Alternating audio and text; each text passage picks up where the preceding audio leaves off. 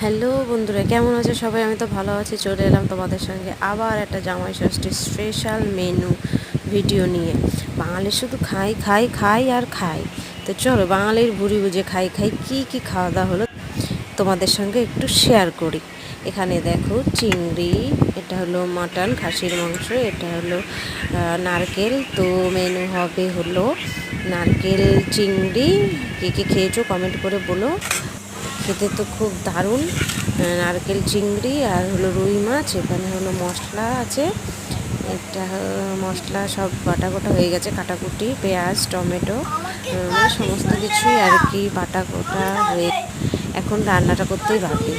তো রুই মাছের দিয়ে হবে, রুই মাছের ওই কাতলা কালিয়া যেটা বলে সেটা আর কি ওরকম টাইপের। এখানে মটন মাছ হলুদ মাখিয়ে নিয়েছি, নুন হলুদ। মাছ ভাজা হবে, ভাত রান্না হয়ে গেছে। এই দেখো সমস্ত কিছু রান্না রেডি। তারপরে খাওয়া দাওয়া ফুল টু এনজয়। কে জামাই ষষ্ঠীতে কেমন এনজয় করলে বাঙালির ভুরি ভোজে বলে যে টাটা।